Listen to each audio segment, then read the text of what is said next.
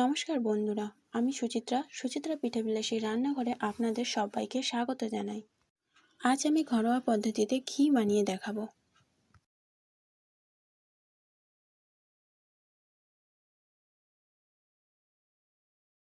ঘি তো আমরা অনেকেই কিনে খাই, কিন্তু সেই ঘিগুলো খুব একটা খাঁটি হয় না। সেই জন্য আজ আমি ঘরোয়া পদ্ধতিতে ঘি বানিয়ে দেখাচ্ছি।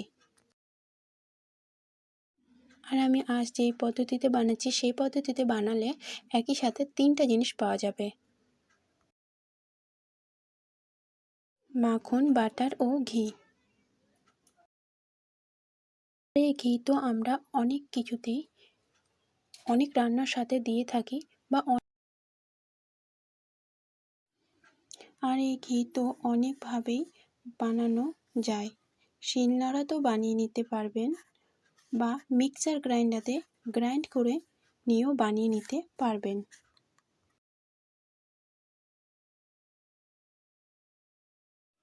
আর আমি দেখাচ্ছি হাত দিয়ে কিভাবে বানানো যায়।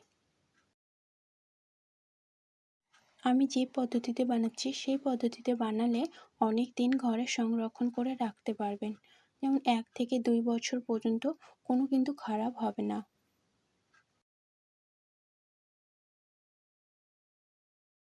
ঘিটা খুব সুন্দর হয়ে থাকবে। আমার ভিডিওটি দেখে ভালো লাগলে চ্যানেলটিকে সাবস্ক্রাইব করে আমার পাশে থাকার অনুরোধ রইল। তো চলেন মূল রেসিপিতে ফেরা যাক। আমি এখানে 2 কিলো দুধ নিয়ে নিয়েছি। দুধটাকে ভালোভাবে গরম করে 2 ঘন্টার জন্য রেখে দিয়েছি। 2 ঘন্টা পূর্ণ হওয়ার পরে কি সুন্দর একটা সর পড়ে গেছে। এই সরটাকে ভালোভাবে পাত্রে ছাঁকিয়ে উঠিয়ে দিতে হবে, যেন একটুকু দুধ না থাকে, সেরকমভাবে উঠিয়ে নিতে হবে। তো আমি ফ্রিজে রেখে দিলাম। আপনারা চাইলে নর্মাল রুম টেম্পারেচারে রাখতে পারবেন। আমি একইভাবে 7 দিনের সর জড়ো করে নিয়েছি। তারপর এই সরগুলো একটা পাত্রে ভালোভাবে ঢেলে নিতে হবে। এই যে দেখুন আমি যেভাবে ঢেলে নিলাম, ঠিক সুন্দরভাবে ঢেলে নিতে হবে। তারপর সরটাকে ভালোভাবে খামচিয়ে বা মালিশ করে নিতে হবে। কি সুন্দরভাবে মালিশ করে নিতে হবে। অবশ্যই মালিশটা যতটা সুন্দর হবে, মাখানোটা ততটাই সুন্দর হবে। আমি প্রথমে ভালোভাবে খামচিয়ে নিচ্ছি, যেন এখানে কোনো লাম্পস না থাকে। লাম্পস থাকলে ঘি কিন্তু অল্প করে উঠবে। যতটা মাখানো সুন্দর হবে ততটাই ঘিটা বেশি উঠবে বা বাটারটা অনেকটাই বেশি হবে। আমি যেভাবে দেখাচ্ছি ভিডিওতে, ঠিক আপনারাও সেভাবেই করে নেবেন। হাতটাকে ভালোভাবে ঘুরিয়ে ঘুরিয়ে ফেটিয়ে নিতে হবে। যত ফাটানো সুন্দর হবে ততটাই বাটার সুন্দর হবে। অনেক বাটার বানানোর জন্য প্রায় অনেকক্ষণ থেকেই করতে হবে। আমি এখানে মিনিমাম 15 থেকে 20 মিনিটের মতো এভাবে হাত দিয়ে বানিয়ে নিলাম। আপনারা চাইলে শিলনোড়াতেও ভালোভাবে বাটিয়ে নিতে পারবেন। আমি 10 মিনিট পরে দেখুন কি সুন্দর হয়েছে। এভাবেই আরও কিছুক্ষণ করে নিতে হবে। যতটা সুন্দর ফাটানো হবে ততটাই সুন্দর কিন্তু ঘি তৈরি হবে। আমার ফাটানো হয়েছে কি না আমি এটা জাজ করে দেখতে চাই। তার জন্য একটা বাটিতে জল নিলাম ও জলের উপর হালকা অল্প একটু ছেড়ে দিলাম। তো আমি এখানে দেখলাম আমার এখনও হয়নি। তার জন্য আরও কিছুক্ষণ, মিনিমাম আরও আমি 10 মিনিটের মতো ভালোভাবে ফাটিয়ে নিচ্ছি।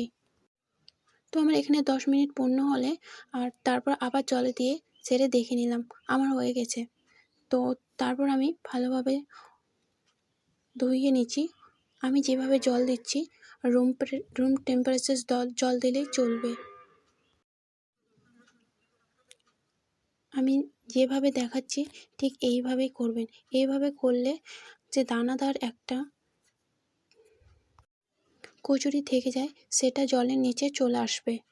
জানেন তো এই যে জলটা বার হচ্ছে এই জলটাকেও খাওয়া যায়।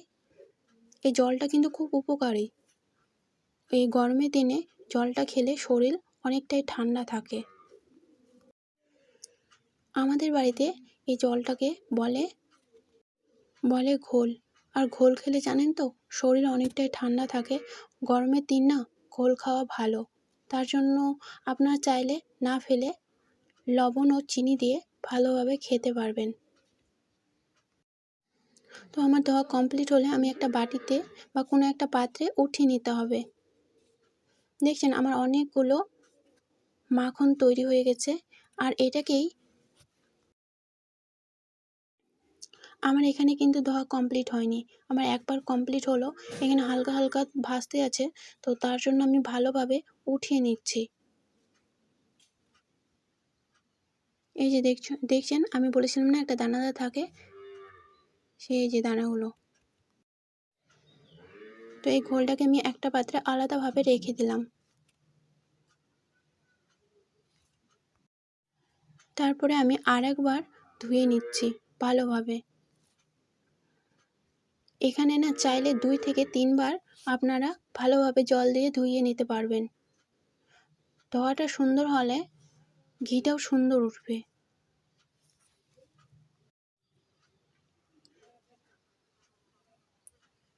আমি যেভাবে দেখাচ্ছি এই টিপসগুলো ফলো করলে আপনারা অনায়াসে ঘি তৈরি করে নিতে পারবেন। আমি এখানে না 3 বার জলটাকে ভালোভাবে ধুইয়ে নিলাম। আর হ্যাঁ, এই যে দ্বিতীয়বার ও তৃতীয়বার যে আমি ধুচ্ছি এই জলটা কিন্তু খাওয়া যাবে না। এটা অনেকটাই মানে পাংশা টাইপের হয়, তার জন্য এটা খেতে হয় না। তারপর না আমি 15 মিনিটের জন্য ঠান্ডা জলে রেখে দিয়েছিলাম। আমার 15 মিনিট কমপ্লিট হলে আমি ভালোভাবে ছাঁকিয়ে কড়াইয়ে উঠিয়ে নিচ্ছি। আমি এখানে মাটির উনুন ব্যবহার করছি। আপনারা যদি গ্যাসে করেন তো আঁচটা সবসময় হাই হিটে রাখবেন, লো হিটে কিন্তু হয় না। যখন প্রথমে দেবেন ঠিক এরকমই ফেনা ফেনা হয়ে উঠবে। ভয় পাওয়ার কিছু নয়, কিছুক্ষণ পরেই নাড়তে থাকতে হবে। নাড়তে থাকার পরে এই যে দেখুন আমার কি সুন্দর ঘি বার হয়ে আসছে। আমার ঘিটা ভালোভাবে বার হয়ে আসলে এরকম কচুরি নিচে চলে আসবে। ওই কচুরিটা যতক্ষণ লাল হয়ে না আসছে ততক্ষণ পর্যন্ত কিন্তু ঘি হয়নি। আর এরকমভাবে যদি রেখে দেন তাহলে ঘিটা কিন্তু বেশি দিন থাকবে না। যতক্ষণ লাল না হয়ে আসছে ততক্ষণ পর্যন্ত নাড়তে থাকতে হবে। এই যে দেখুন আমারটা ঠিক মানে সাইডে ঘিয়ের যে কচুরিগুলো ছিল ওগুলো লেগে গেছে। দেখতেই পাচ্ছেন যে আমারটা লাল হয়ে এসেছে। এরকম যখন লাল হয়ে আসবে না তখন আমার ঘি কমপ্লিট। তারপর ভালোভাবে একটা পাত্রে আমি নামিয়ে নিচ্ছি। এখানে কিন্তু গরম আছে, ভালোভাবে নামিয়ে নিতে হবে। আমি কিছুক্ষণের জন্য ঠান্ডা করতে রেখে দিলাম, মোটামুটি 5 মিনিটের মতো। 5 মিনিট পূর্ণ হলে আমি ওই পাত্র থেকে পুরো ভালোভাবে একটা কৌটাতে ঢালিয়ে নিব। আপনারা এখানে ছাঁকনির ব্যবহার করতে পারেন। আমিও করেছি, কিন্তু ছাঁকনিটা ক্যামেরায় ভালো আসছিল না বলে আমি হটিয়ে দিয়েছি। দেখছেন আমার 1 বাটি মাখন থেকে 1 কৌটো ঘি হলো। বন্ধুরা রেসিপিটি যদি আপনাদের ভালো লাগে তাহলে একটি লাইক করবেন ও কমেন্ট করে জানাবেন যে কেমন হয়েছে। আর চ্যানেলটিকে যদি এখনও পর্যন্ত সাবস্ক্রাইব না করেন তো সাবস্ক্রাইব করার অনুরোধ রইল প্লিজ। নমস্কার।